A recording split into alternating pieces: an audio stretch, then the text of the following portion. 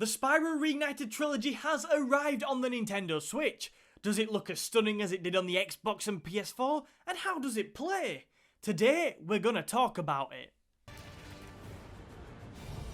Oh, hello. Thanks, Spyro.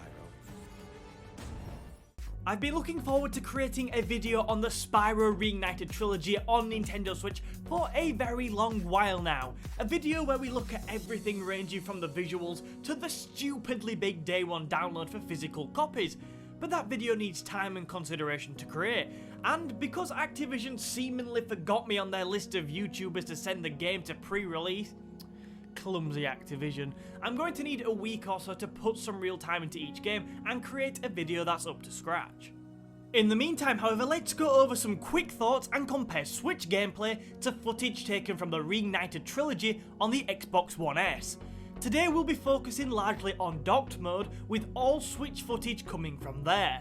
As always, if you're going to enjoy this video, remember to share it with a purple dragon loving friend, hit that like button and subscribe to the channel for plenty more Spyro and Nintendo Switch content. Let's jump into the video. First off, let's talk about some quick first impressions of the Reignited Trilogy on Switch.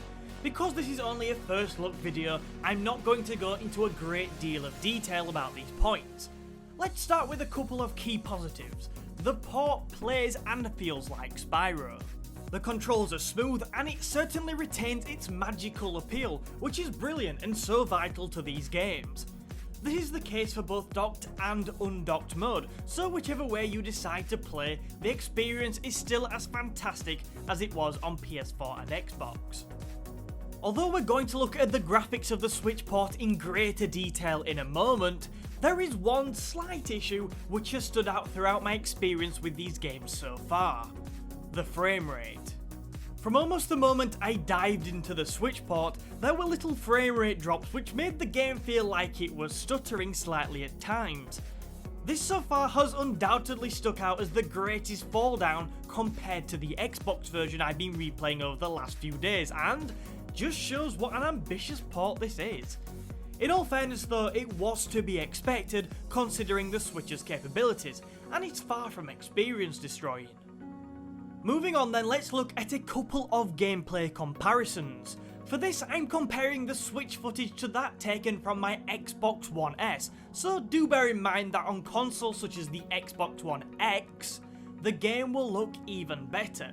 I don't think the One S is a bad benchmark though for this quick video. I was just going to compare footage from the Artisan's homeworld from Spyro 1, but everybody does that, so I've thrown in Glimmer from Spyro 2 and Sunrise Spring from Spyro 3 to spice things up a little bit. Yeah, I'm a revolutionary, I know. We will actually start with Artisan's homeworld though. Crucially, please remember that throughout this comparison, the Xbox footage is on the left, with the Switch footage on the right. The first thing you'll hopefully realise from the footage is that overall, and as expected, the visuals are not quite as crisp and clear on the Switch version. Although the Switch port still looks pretty stunning when viewed in isolation, it lacks that shiny polished finish that comes with the Xbox version. I'm not sure how clearly the footage on screen shows that off, but when playing the game, it's certainly noticeable.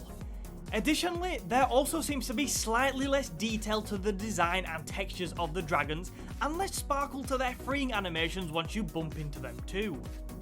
The slightly lower quality in animation of the collectibles is something I feel is reflected throughout the trilogy, but as you can see from the footage, it's nothing major, and for most people you probably won't even notice it too much when you get immersed in the game. As we jump into Spyro 2 Ripto's Rage, I want to draw your attention to the lighting of the game. Again, although there's very little difference here, if you look particularly at the grass, you should notice that the Switch version has slightly less use of lighting.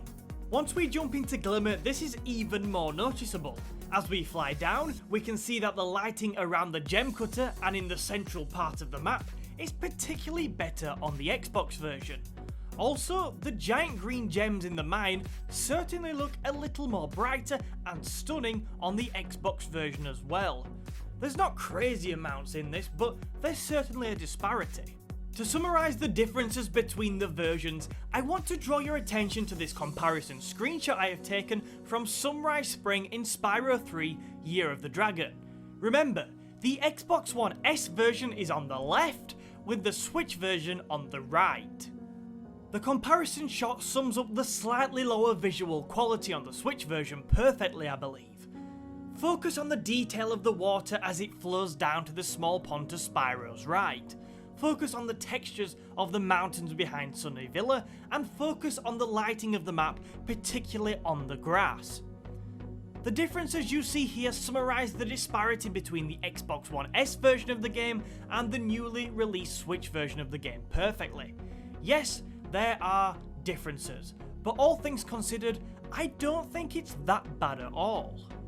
Although I've not got any gameplay from handheld mode in this video, it's fair to say that there's a very noticeable drop in visual quality once the game is played portably.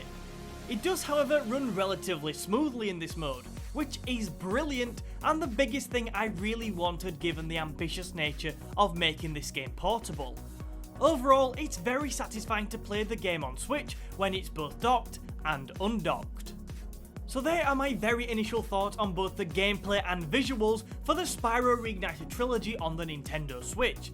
The port, although not at the same level as it is on other platforms, still plays and looks incredible considering the Switch's capabilities. In the next few weeks, once I've had a chance to put some real time into the trilogy, I'd expect a much more comprehensive video, which I hope you'll join me for. In the meantime, if you have enjoyed this video, please go ahead and share it with a friend, hit that like button and subscribe for much more Spyro and Nintendo Switch content. Thank you for watching, and I'll see you in another video very soon.